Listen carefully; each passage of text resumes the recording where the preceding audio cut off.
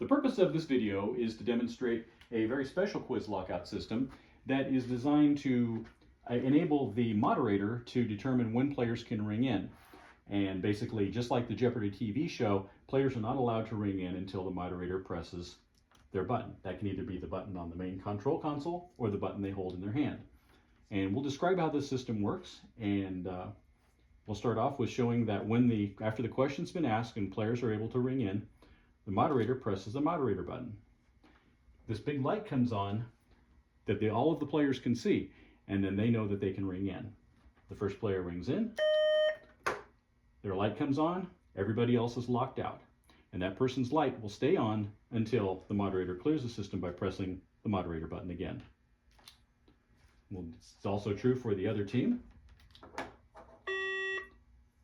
That player's light comes on, everybody's locked out. Notice that tone was a lower frequency than this team over here. So there's this little bit of a difference between the sound that the system makes when somebody on this team rings in versus somebody on this team ringing in. Clear the system. Now, a very special function on this system is very similar also to the Jeopardy television program. When if a player presses their button early, if they jump the gun, before the moderator presses the moderator button, that player is penalized. And I'll show you how that works. Now this is a demonstration of this button here is the player button, and this is the moderator button.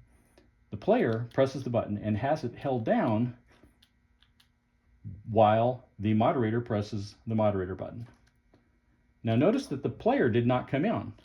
And even if the player is anxious and pressing their button, they can't ring in. But notice that somebody else can ring in while that player is frantically trying to get their system to work. The idea is that just like on the TV show, the push button has to be released at least for about a quarter of a second until that box is re-enabled so that they can ring in, which is great. So if somebody jumps the gun, they and their entire team are penalized, and players on the other team that didn't jump the gun are able to ring in. I'll show you how that works one more time. Somebody on this team rings in early or presses early. They think they've got the answer.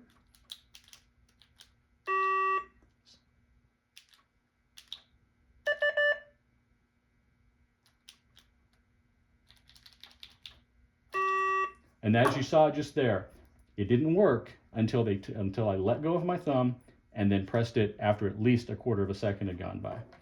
Moderator clears the second question, clears the system.